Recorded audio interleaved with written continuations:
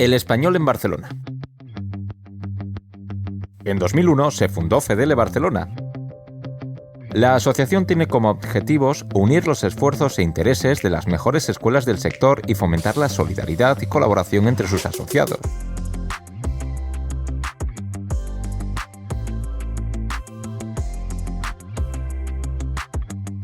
Institución que engloba un total de 10 centros distribuidos por la ciudad condal dentro de la Comunidad Autónoma de Cataluña.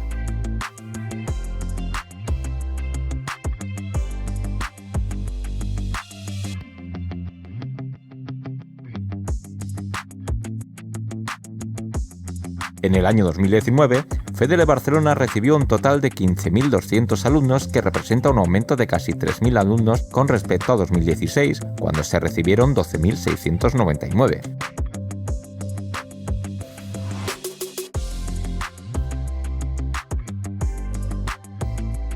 En cuanto al perfil del estudiante que recibe Barcelona, predomina los alumnos individuales, con estancias que suelen ser de mayor duración, frente a los grupales, cuyos cursos suelen venir organizados y sus estancias son más cortas, teniendo que el 66% de los alumnos viaja de forma individual y el 34% en grupo. La media de estancia en Barcelona es de 3,42 semanas por estudiante, sumando en el último año un total de 89.814 semanas, constatando un crecimiento ascendente desde 2016, donde se contabilizan 36.426 semanas.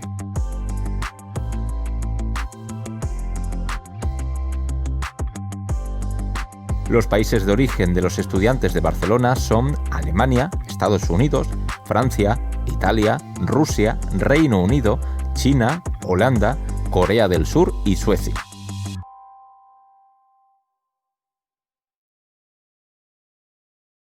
Participan Emilia Molero, directora de Escuela Mediterráneo, Tándem Barcelona, junto a Begoña Montmany, licenciada en Filología Hispánica y Suficiencia investigadora en Lingüística y Comunicación, y Lourdes Miquel, catedrática de Español para extranjeros de escuelas oficiales de idiomas y profesora en diversos contextos educativos.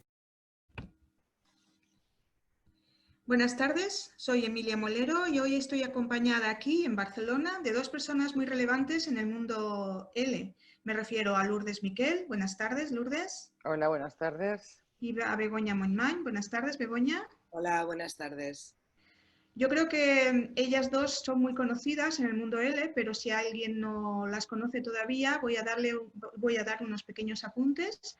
Lourdes Miquel es catedrática de Español para extranjeros, colaboradora en varias ONGs relacionadas con la enseñanza a inmigrantes, formadora de profesores en distintas instituciones, tanto españolas como extranjeras, Instituto Cervantes, universidades, etcétera, profesora en varios másteres y posgrados de la especialidad, en materias relacionadas con la enseñanza de la gramática y el componente sociocultural, autora de manuales de L, materiales complementarios de distintas colecciones de lecturas graduadas para estudiantes de L, coautora de la gramática básica del estudiante de español, y autora de artículos teóricos sobre la relación entre lengua y cultura, sobre la enseñanza de L a inmigrantes y sobre la enseñanza y práctica de la gramática.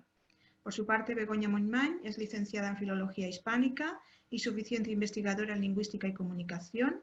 Ha sido profesora de lengua en la Facultad de Educación de la Universitat de Barcelona, colaboradora en másteres de L de diferentes universidades, directora del Departamento de Formación de Profesores de International House Barcelona y coorganizadora del Encuentro Práctico de Profesores de L de Barcelona, París, Berlín. Ha sido miembro del grupo de investigación DREDIX, Docencia e Investigación del Discurso en la Red, y del grupo de innovación DIDAL, Dinámicas de Innovación Docente para el Aprendizaje de Lenguas. Sus líneas de investigación giran en torno a la relación entre la teoría y la práctica en la formación de profesores a través de la práctica reflexiva y la observación de clases, y la interacción que se establece en el aula y la gestión de la misma. Y con ellas vamos a hablar en estos próximos 30 minutos del vínculo entre Barcelona y el mundo L. Y lanzo la primera pregunta a quien me la quiera contestar. ¿Cómo ha contribuido Barcelona al estudio y desarrollo de la enseñanza del español como lengua extranjera? Lourdes o Begoña, como queráis. Soy yo, porque luego le dejaré, porque creo que ella forma parte de las protagonistas de la historia, entonces lo introduzco yo un poco. Pero bueno, yo creo que es obvio que Barcelona ha ha aportado mucho a la enseñanza de ELE, ha aportado grandes especialistas, el primer máster, los primeros, todos los primeros manuales del enfoque comunicativo, etcétera. Y decía que Lourdes fue una de las protagonistas. Yo creo que sí, para mí, no solo para mí, un antes y un después en la enseñanza de ELE a partir de Para Empezar, y esto funciona. Ese núcleo que surgió en la Escuela Oficial de Idiomas de Drassanas, en un momento en el que, claro, todos estábamos dando clase con el español en directo, es decir, que el salto fue descomunal, ¿no? Entonces yo supongo que Lourdes puede explicar muy bien cómo se fraguó todo ese núcleo, que luego fue el núcleo de Barcelona, ¿no? Pues, bueno, gracias. No sé, yo creo que fue como el encuentro feliz de una serie de circunstancias distintas, dispares, que de repente pues se aunan y hacen que surja algo inesperado, por otra parte, incluso inesperado para los propios protagonistas, como fue construir Para Empezar, y esto funciona, ¿no? Y las circunstancias fueron pues que la Escuela Oficial de Idiomas de Barcelona había hubo una renovación de personal dentro del Departamento de Español, entonces entraron una serie de personas con ganas de hacer cosas y jóvenes. Un director, que era Miquel Llovera, que tenía muy claro que había que dar un salto hacia lo que en aquel momento era prácticamente desconocido, que era el enfoque comunicativo, y el colectivo de nuestro departamento se animó a experimentar con eso, también porque estábamos hartos de mirar a los estudiantes a la cara y ver que no estaban aprendiendo nada. O sea, que realmente era como decir, esto que estamos haciendo no es, no sabemos lo que será la alternativa, pero desde luego esto no es, ¿no? Entonces empezamos a trabajar, pero realmente gracias ad amorem, ¿no? Sin ningún tipo de pretensión más que las clases fueran buenas. Y tuvimos la suerte de que, y por eso os digo una serie de conjunciones felices, de que en la Escuela Oficial de Idiomas de Barcelona había una delegación, una librería de editorial Edis6, que tenía una delegación en Barcelona, y el editor accedió a nuestras fotocopias, vio lo que era y dijo, esto lo quiero. Y así empezó Para Empezar, ¿no? Para empezar, y esto funciona. Y allí es cuando dimos el salto de lo que era absolutamente cotidiano para nuestros estudiantes a algo que pensábamos que podía servir para el resto de los profesores y alumnos del español en aquel momento. Pero fue un salto arriesgado, ¿no? Porque había mucha diferencia de metodología, ¿no? Fue arriesgado, pero salió bien, ¿no? Bueno, fue arriesgado y no, porque la verdad es que estuvimos trabajando muchísimo en ello.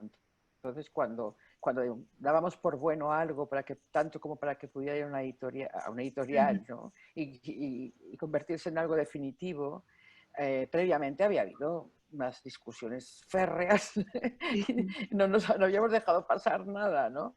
El que fue arriesgado fue el editor. Ese fue el arriesgado, el que realmente confió en nosotros, apostó en nosotros, porque nosotros habíamos invertido tiempo, pero invirtió dinero, invirtió riesgos, ¿no? Aceptó maquetistas buenísimos, dibujantes buenísimos, aceptó que si los contenidos eran distintos, la forma también tenía que serla, y fue él el que realmente arriesgó.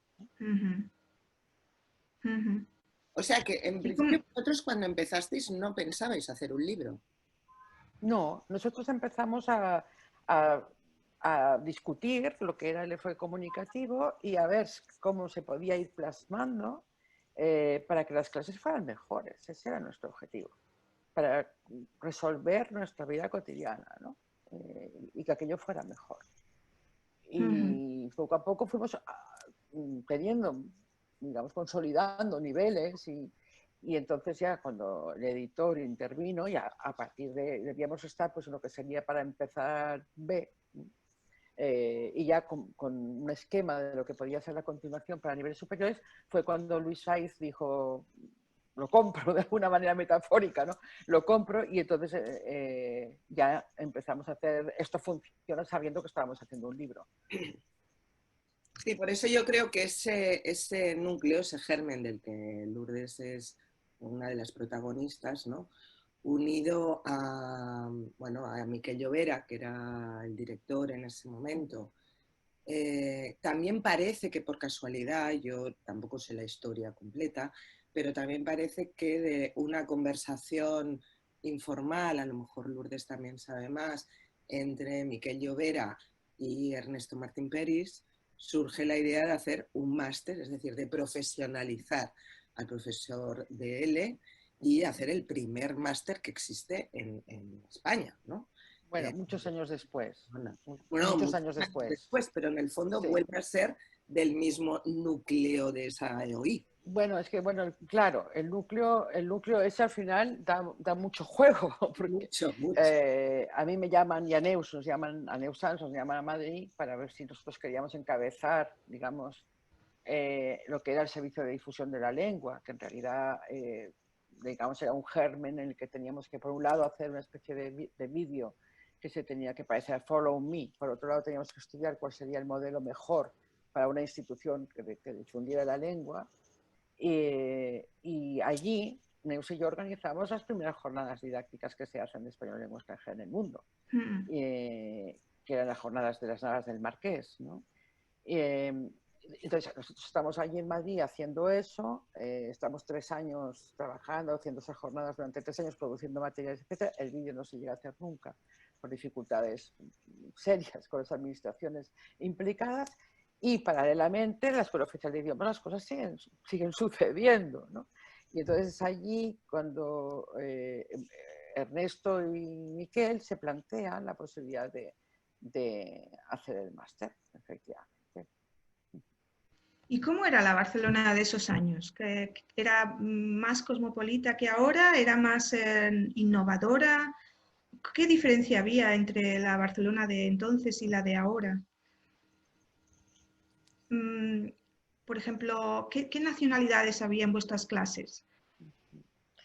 A ver, como muchas personas que nos escuchen no sabrán que la Escuela Oficial de Idiomas de Barcelona se llama Drassanas y está al final de las Ramblas, tocando al final también del barrio del Raval, que en aquel momento no era ni tan solo el barrio del Raval, era el chino.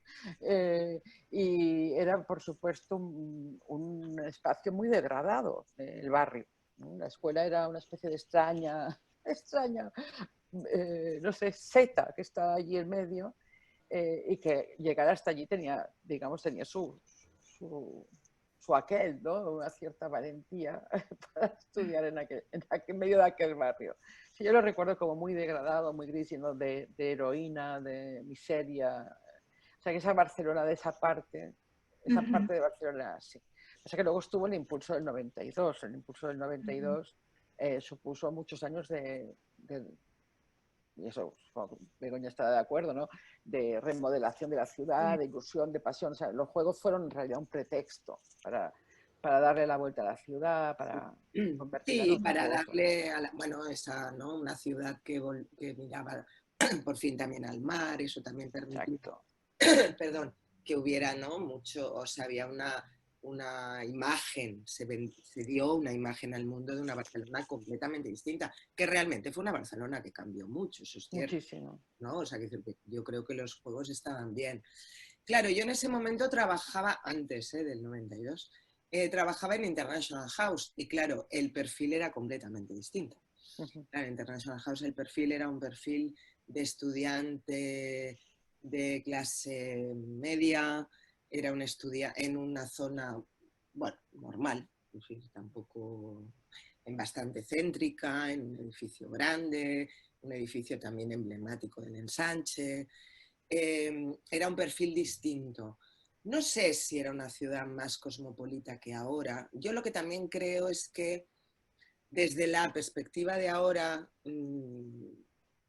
éramos jóvenes y entonces ves la ciudad de otra manera. Es decir, ¿no? Cuando eres joven, cuando se junta eso. Claro, yo también empecé en International House con un equipo de gente que éramos todos de la misma edad, ¿no? Éramos todos, teníamos muchas ganas de probar cosas, de hacer cosas nuevas, de ver cómo funcionaban mejor las clases, de que podíamos, en un momento en el que es justo tampoco teníamos mucha cosa. Por eso digo que para mí fue un antes y un después. ¿No? Para muchos, para empezar en esto funciona, que fue como guau. Hombre, yo respecto al perfil de los estudiantes, es que a mí hay una cosa que me apasiona. constatar y contar, ¿no? Y es que cuando yo empecé en la Escuela Oficial de Idiomas y los años sucesivos ya se incorporó Neusans y estaba Ernesto Martín, en aquella época una parte muy importante de nuestro alumnado era africano y era de, digamos, países árabes, y de los motivos fundamentales por los que venían era porque había guerra. Mientras que ahora el motivo fundamental que mueve a los estudiantes a estar en España, en Barcelona, es el amor. Entonces, a mí eso me hace pensar en algo, me da mucha esperanza, ¿no? Porque dices, bueno, ha habido un cambio importante de los motivos por los cuales... y eso también habla de que la gente se ha movido mucho más, los barceloneses, los españoles se han movido mucho más, han salido y han establecido muchas más relaciones en el exterior, relaciones que muchas veces se han convertido en relaciones estables de amor, que han hecho que muchas de las personas de esas relaciones vengan a vivir aquí. Y bueno, Barcelona ha sido un lugar de culto, ¿no? Una ciudad de culto turístico desde el 92 a nuestros días. Yo diría que los últimos años no, que no sé cómo lo ves tú, Begoña, pero es una ciudad yo creo que ha sido una ciudad, ¿no? Ha sido una ciudad abierta, es una ciudad mediterránea, es una ciudad con mucha, ¿no? Con una arquitectura importante, con un sistema, ¿no? Cómo está organizada la ciudad. Todo eso yo creo que lo dio a conocer mucho más los Juegos Olímpicos. Yo también creo que ganó poco a poco prestigio, fueron ganando las universidades de aquí, la Politécnica, la Universidad de Barcelona. Eso también ha hecho que mucha gente viniera a estudiar, cosa que no sé en aquel momento, no lo sé. O sea, pero tengo la impresión de que ahora viene más gente a estudiar carreras diferentes y crean relaciones estables, obviamente, ¿no? Es posible que en el último tiempo haya sufrido algún tipo de, no sé, sí, tal vez de... Yo creo que producía por muchas cosas, también, que creo que la ciudad ha sufrido muchas cosas diferentes, pero sigo pensando que es una reunión, hay una ciudad todavía muy atractiva para venir, para instalarse. Es una ciudad no excesivamente grande, pequeña, todavía tiene barrios, ¿no? Que pueden ser lugares tranquilos, aunque sea en la misma ciudad. No sé, tengo la impresión de que todavía puede... Sí, esos barrios tranquilos que los turistas todavía no conocen, ¿no? Que nunca visitan y que también podrían ser interesantes para conocer. Desde luego los habitantes de los barrios tranquilos preferirían que los turistas no se enteren de eso. Claro, claro. Porque el problema de Barcelona es que justamente porque es una ciudad muy pequeñita, el hecho de que haya mucho turismo hace que el turismo esté siempre en todas partes. Es decir, que cuando los turistas se desplazan de la Sagrada Familia a la Pedrera o viceversa, se encuentran todos juntos en algún momento. No es Londres, que puede haber muchísimos más turistas, pero las distancias son tan inmensas, o Roma, las distancias son tan inmensas, ¿no? Entonces yo creo que los habitantes de esos barrios no querrán ser descubiertos. Yo lo que iba a decir es que a lo mejor son tranquilos por eso, precisamente. Claro. Es decir, que si tú piensas en, no sé, claro, en lugares como... Hoy leía un tuit de Matilde Martínez que hablaba de la Boquería, ¿no?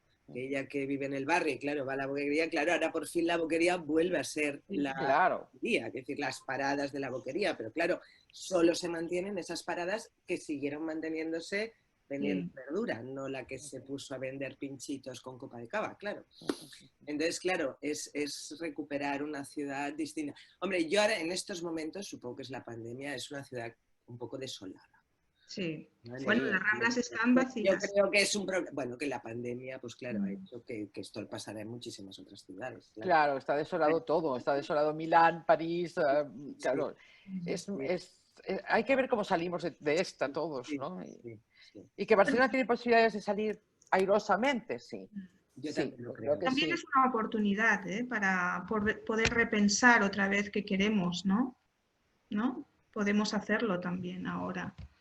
Ver qué podemos hacer para que no se gentrifiquen nuestras ciudades y el turismo sea de una forma un poquito mejor gestionado, ¿no?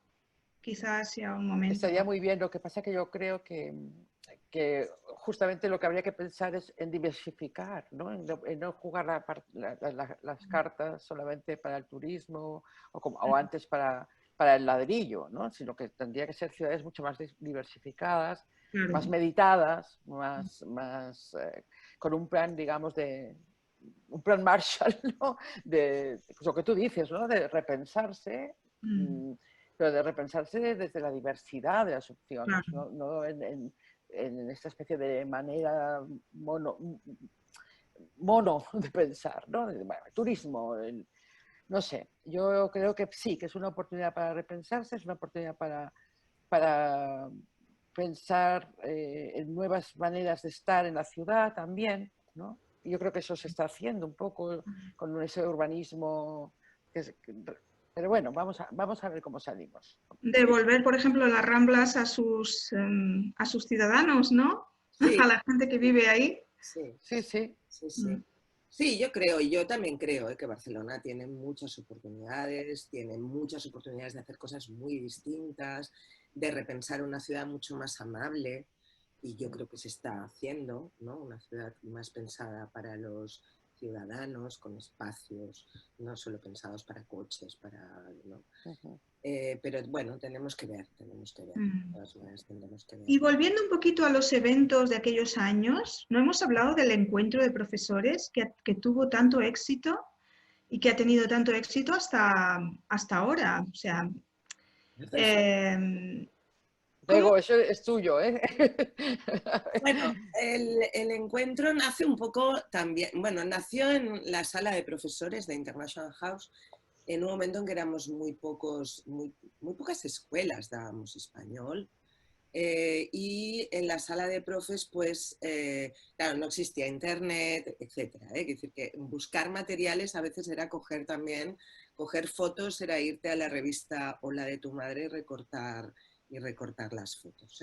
Entonces era un poco, era pensar aquello que hacíamos en la sala de profes de, mira, esta actividad me ha ido muy bien, y de compartirla, la idea fue, lo podíamos compartir con profesores de otras escuelas y eso a lo mejor nos daría más ideas.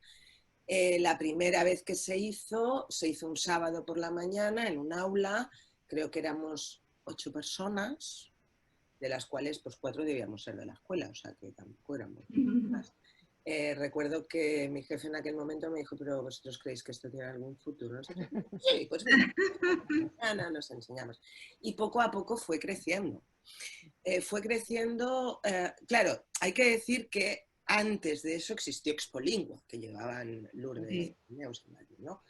Creo en ese momento Expolingua estaba un poco ya de capa caída. No, el encuentro no pretendía ser Expolingua, ni mucho menos. Pretendía ser eso. Por eso al morir Expolingua. También por eso se llamó Encuentro Práctico. O sea, nace ahí y era solo darse actividades que hubieran funcionado. Poco a poco fue creciendo. Recuerdo todavía con miedo el día que yo estaba en una clase y viene la chica que hacía matrículas y me dijo, Begoña, que hay 70 inscritos, ¿qué hacemos? Era como horror porque se hacía en la escuela, es decir que, bueno, y poco a poco fue cogiendo un cierto prestigio, era un lugar de encuentro, empezamos a duplicarlo, a hacer por la mañana y por la tarde, intentamos incluir algo más teórico, es decir, era el intercambio y era también llamar a alguien. En ese punto, un año vino Neus y entonces vio que, bueno, que eso podía que podíamos crear algún tipo de alianza con la editorial y a partir de ahí nace la alianza entre Difusión e International House para hacer el encuentro. Eso también le dio un vuelco importante, un crecimiento importante por muchas cosas. Primero porque eran 2 empresas unidas para hacerlo grande. Después porque también Neus en ese momento era una persona conocida que podía llamar por teléfono y decir, pues Lourdes, ¿te quieres venir a hacer una conferencia? Claro, yo todo eso. Bueno, venía allí toda la tradición de Expolingua, ¿no? Claro. 17 años haciendo un congreso de 300 y pico personas cada... Neus tenía eso y aportó eso y por eso pudisteis también. Sí, Pero es muy bonita la historia. Sí, Pero sí, creo que ha funcionado bien, ha sido un lugar de referencia, bueno, supongo que porque por la fecha, creo que ha sido un espacio donde se ha intentado cuidar y mimar a la gente que venía, es decir, ¿no? O sea, que a pesar de que fuera muy grande, siempre hubiera un espacio para una cosa más, sí. una interacción más humana, más tal. Eh, entonces, ahora, bueno, claro, ahora se han acabado, lamentablemente, Ujú. y supongo que nacerá una cosa nueva, ¿no?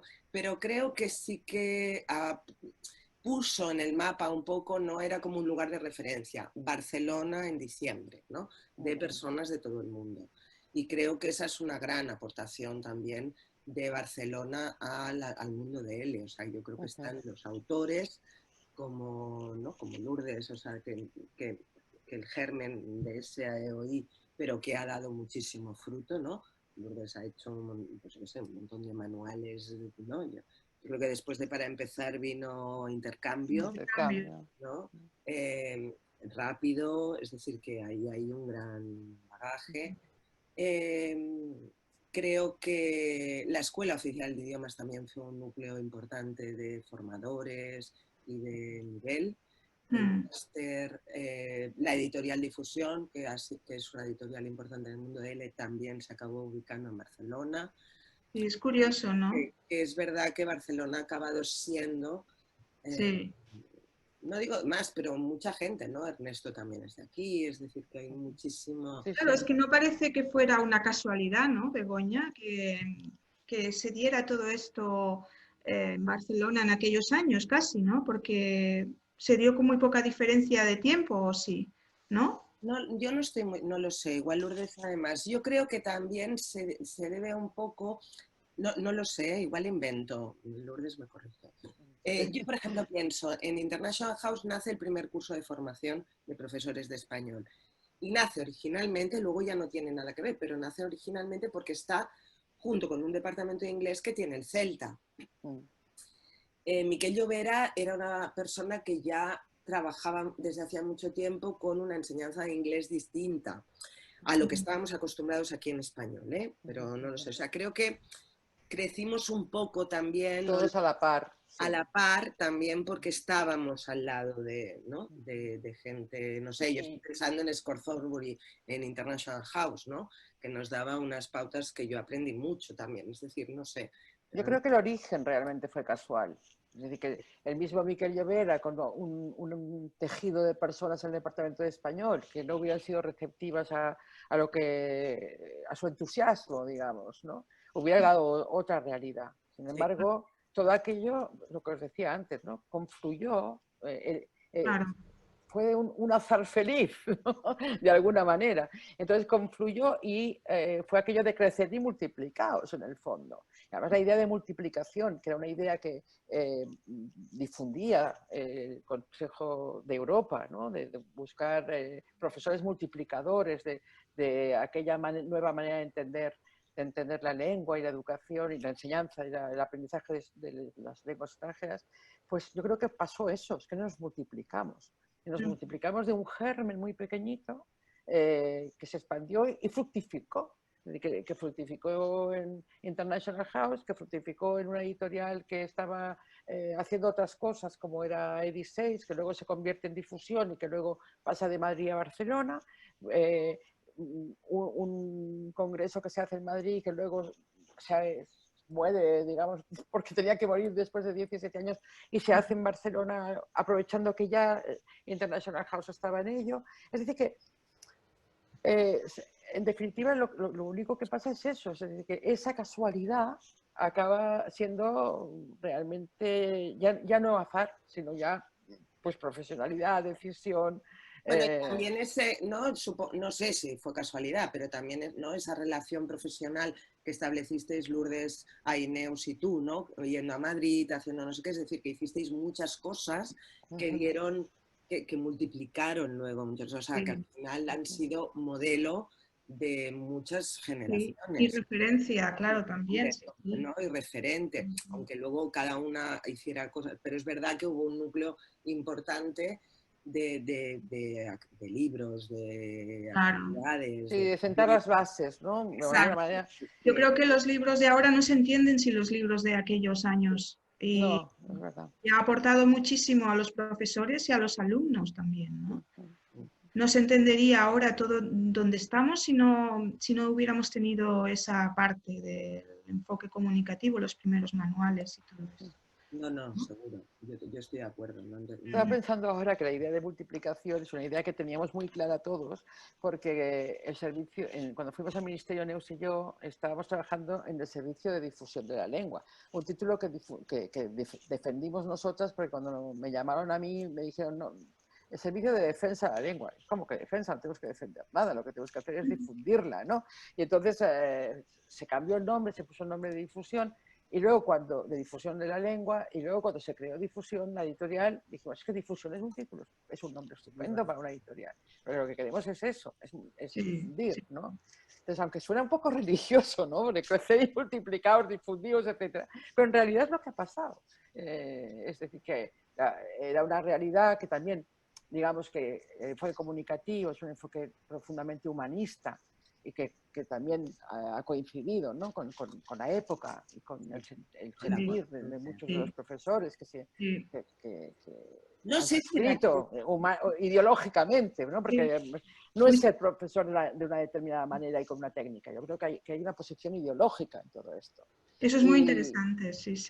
Sí, pero no en aquel momento exactamente. O sea, yo estoy pensando... Sí, en aquel momento también. Igual, digo. Sí, puede ser. En aquel momento, cuando Neus y yo empezamos a dar conferencias, cursos sobre el enfoque comunicativo, era una cruzada, para seguir con la terminología religiosa. Por eso era una te cruzada.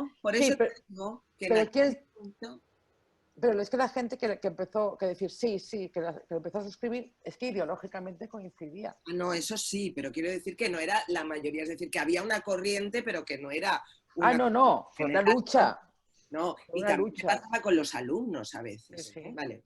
No, que estábamos hablando de de cómo ciertos avances necesitan que un público que tenga una ideología que la suscriba. Y estábamos hablando de si eso fue fácil en nuestros inicios o no. Y realmente no lo fue en absoluto, porque estábamos contrariando todas las ideas previas que se habían asentado sobre lo que era la enseñanza de lenguas extranjeras. Y yo escribí un prólogo, no sé si está accesible a las actas de Expolingua en Marco L, en los que hablaba de auténtica batalla de las navas, ¿no? Porque eran cruzadas realmente. Y tú decías, Begoña, que muchas veces había que convencer a los alumnos, y efectivamente, esa era otra cruzada, porque también venían con sus ideas previas sobre lo que era aprender una lengua, y si tú no correspondía, hasta que veían la mejora, ¿no? Sí. O sea, se les podía convencer, claro, y estamos hablando de un momento en el que era algo muy nociofuncional, en realidad. Sí. Hoy aprendemos, no sé...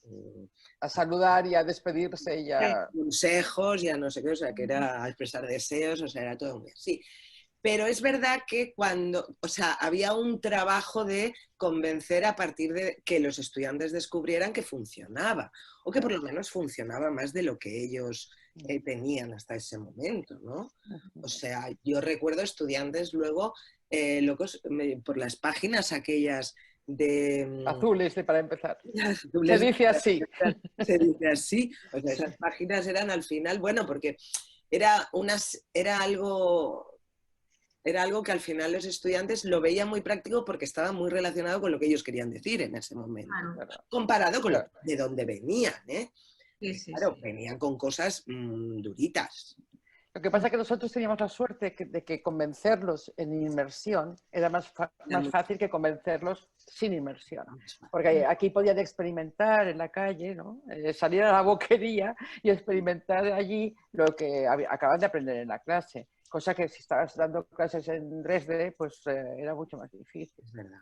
Y en aquella época también lo hacíamos mucho, salir con los estudiantes al mercado, salir con los estudiantes a no sé qué, es decir, que hacíamos cosas en la calle para que ellos probaran. Entonces, Claro, es verdad que esto en no inmersión era más difícil, No es difícil. mucho más difícil. Lo único para terminar es este comentario que yo he oído muchas veces de si nosotros podemos recomendar Barcelona para venir a estudiar español, siendo que es una ciudad bilingüe, y muchas personas piensan que si vienen aquí solo van a aprender uno de los dos idiomas, o castellano o catalán, y yo pienso que, bueno, no sé cómo le podemos decir a estas personas que el hecho de ser una ciudad bilingüe es una riqueza para cualquier persona que venga, no es un obstáculo, ¿no? Yo fíjate que empezaría pensando algo que defiende Carme Junyent, que es que Barcelona no es bilingüe. Barcelona es Ya. una ciudad plurilingüe, es una ciudad en la que se hablan Ujú, muchísimas lenguas, ¿no? ujú. Y no es que sea una ciudad donde solo se hable catalán o castellano, en el propio Raval seguramente debe haber poco catalán, Multitud de lenguas, sí, mucho sí. castellano y mucho, no sé, no sé Ujú. qué otra lengua, ¿no? O sea que yo creo que también habría que ampliar esa idea, ¿no? De si Barcelona es una ciudad bilingüe, es tan plurilingüe como lo es, no sé, Madrid seguramente o Sevilla. Ujú. Yo creo que de todas maneras que sea una comunidad donde hay dos lenguas oficiales, una ciudad en la que hay dos lenguas oficiales, no necesariamente es un problema. No, Exacto. o sea, Ujú. yo creo que no es un problema, son dos lenguas distintas. Eh, yo no he tenido nunca, la verdad es que ninguno de mis estudiantes nunca en los 30 años que llevo dando clase se ha quejado nunca de que en Barcelona hubiera dos lenguas, pero no sé si es la experiencia también de Lourdes. Sí, sí, a mí, a ver, yo creo que es verdad que o sea, Barcelona es una ciudad plurilingüe, pero es una ciudad bilingüe, en el sentido de que toda la rotulación, todo lo que es escrito en la ciudad, salvo, claro, barrios en los que está muy marcado un colectivo nacional distinto, pues fluye, ¿no? Está allí, el catalán o el castellano, pero está allí.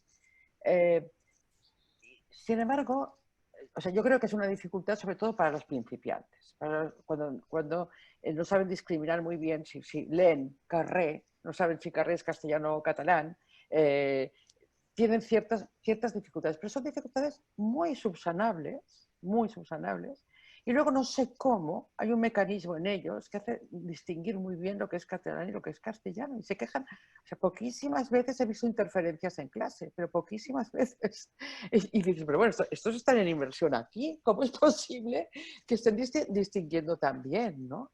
Sí. Y cuando se dan cuenta, por ejemplo, de que han incorporado una palabra en catalán y tú les dices, no, eso es catalán, pues con gran ligereza te dicen, ah, vale, pues de acuerdo, como es en castellano. O sea que no sé qué pasa en el cerebro de la gente, pero no es la dificultad que se piensa cuando se Fuera. habla de esto fuera, ¿no? Sí, sí. No, yo creo los estudiantes que yo he tenido, en general, nunca. También es verdad que yo creo que la experiencia que yo tengo es que los estudiantes que yo he tenido siempre han escogido, o sea, escogen la ciudad.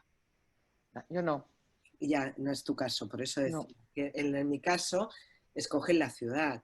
O Uh-huh, bien porque quieren venir a estudiar muchos a la Politécnica, uh-huh, o porque quieren estudiar algo concreto, que aquí en Barcelona, por lo que sea, tiene mucha fama. Hay diferentes facultades que quieren, entonces, a las que quieren ir. Entonces, o bien por lo que quieren estudiar, o bien porque la ciudad, o bien por la arquitectura, o bien por algo. Es decir, que muchos de los estudiantes que yo tengo que han estado en otros lugares de España quieren estar en Barcelona.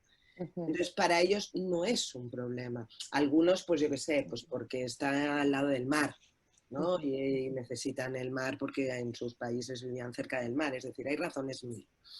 Pero entonces ninguno, a nadie le parece mal, a nadie le parece, de los que yo he tenido, ¿eh? Y estoy de acuerdo con Lourdes en eso, en que sí que alguna vez sí que es, yo he aprendido una palabra y dices, no, esto es catalán, y te decía, bueno, ya.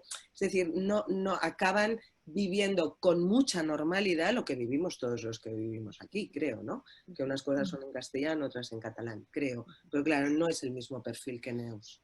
No, no, a ver, en nuestro caso hay un porcentaje enorme de gente que ha elegido la ciudad también, ¿no? Pero también está las personas que han venido aquí porque sus padres estaban aquí, por ejemplo, el colectivo de chino, ¿no? Que de repente llegan a una ciudad que no han escogido ellos. Pero en general sí que han escogido Barcelona. Y si no han escogido ellos, ha escogido a alguien cercano, el marido, la mujer, no sé. Y muchos, de todas formas, cuando llegan aquí no conocían el problema del bilingüismo. Es decir, pensaban que los neozelandeses era castellano, muchos de ellos también. Muchos italianos, curiosamente, que como tienen esta idea de dialecto en su cabeza, se pensaban que, bueno, que aquí era castellano y un dialectillo que funcionaba por ahí, ¿no? Claro, sí. Pero a mí lo que me ha sorprendido siempre es la poca contaminación del catalán en el castellano de nuestros estudiantes, teniendo en cuenta que el catalán es una lengua que está muy fuerte. Es decir, no creo que sea verdad que el catalán está peligrando, porque realmente hay miles de interacciones en castellano si paseas por cualquier sitio, en catalán, si paseas por cualquier lugar típico de Barcelona. Y ellos se enfrentan a esto, van a comprar, van al supermercado, van a no sé dónde. Y sin embargo, distinguen, ¿no? Milagrosamente distinguen. ¿No te parece muy sorprendente a ti eso? El porcentaje pequeñísimo. Sí, es muy curioso. Y bueno, y luego ahora estaba pensando en eso que has dicho antes, que es verdad que no hay interferencias, o sea, no hay cruces prácticamente, no hay... Es verdad, sería un fenómeno a estudiar, ¿eh? Fíjate lo que te Sí, digo. sí, Quizás ¿no? ahí interviene un poco, no sé si estaréis de acuerdo, la monitorización del profesor, ¿no? O sea, el control que hace el profesor en la clase. Cuando alguien dice alguna palabra, por ejemplo, carré, el profesor dice, bueno, eso es en catalán, en castellano es calle. A lo mejor ahí interviene un poco el profesor para Pero es guiar. que se da tan pocas veces. O sea, realmente el profesor, frente al entorno, tiene muy poca Sí, sí. influencia, ¿no? El profesor, digamos que es un mediador, es una persona que ordena la lengua, que ordena muchas cosas, pero el control, por ejemplo, el léxico del profesor respecto al léxico con el que está expuesto el estudiante al mundo es mínimo. Sí, Y sí. sin embargo, eso pasa poquísimas veces. Ujú. Lo que dice Begoña es verdad. O sea, si hay que plantearse una tesis sobre bilingüismo, Sí, estaría muy bien ver sí. O qué sea, círculos hay. sí, qué mecanismo, ¿no? Te, te hace, no sé por qué, es verdad. No, es que estaba intentando imaginar, ¿eh? O recordar, y no recuerdo casos así donde digas, No, no, es que no. En fíjate, todo caso, lo que decías, Emilia, yo creo que obviamente cuando hay ciertos prejuicios sobre la lengua, como que en Valladolid se habla el mejor castellano del mundo, etcétera, etcétera, pues entiendo que haya personas que piensen, bueno, ¿por qué tienen que ir a Barcelona si Barcelona es una ciudad bilingüe pudiendo ir a Valladolid? ¿No? Sin embargo, también es verdad que todo lo que hemos dicho de Barcelona, lo cosmopolita que es, etcétera, pues y sabiendo que el bilingüismo no parece afectar, sí podemos afirmar que en Barcelona hay una serie de mecanismos de aprendizaje de español, de centros, de profesores formados, etcétera, que de alguna manera sería una buena reivindicación de por qué sí pueden venir a Barcelona, ¿no? Un lugar donde creo que se trata muy bien el español para extranjeros en muchos centros, a diferencia de otros sitios que son simplemente, que no son bilingües y que sin embargo no se han dedicado tanto al español. Sí, sí. Una de las cosas que jugó a nuestro favor, y perdonad que vuelva al principio, pero que jugó a nuestro favor cuando se creó este movimiento pro enfoque comunicativo después de la Oficial de Idiomas de Barcelona, fue la ignorancia absoluta de la Escuela Oficial de Idiomas de Madrid en aquel momento, porque luego reaccionó, sobre cómo enseñar español para extranjeros, ¿no? Y también allí sería una serie de circunstancias nefastas en aquel momento, ¿no? Como que era la única catedrática de español que existía en toda España, que esa persona no tenía una conciencia de lo que era el español para extranjeros, que decidió que lo que se hacía en Madrid era filología prácticamente, ¿no? Pues eso también fue una circunstancia no favorable, y el entorno era un buen input, ¿no? En Madrid. Sin embargo, aquí podemos decir, bueno, ¿tendrán ciertas dificultades con el input? Pues a lo mejor sí, no parece que sean relevantes, pero es posible que tengan muchas ventajas respecto al tipo de aprendizaje que puedan tener. Yo sí lo creo también, sí, sí. Bueno, tenemos que cortar ya, que la charla se ha ido demasiado, pero ha sido muy interesante, mucho, hemos hablado un poquito de todo y bueno, espero que también le resulte interesante a la gente que nos escuche. Y bueno, pues nada, me despido de vosotras, espero que os cuidéis mucho, como todo el mundo, y hasta la próxima. Muchas gracias. Muchísimas gracias. Adiós. Adiós. Cuidaos. Chao. Chao. Sí. Chao.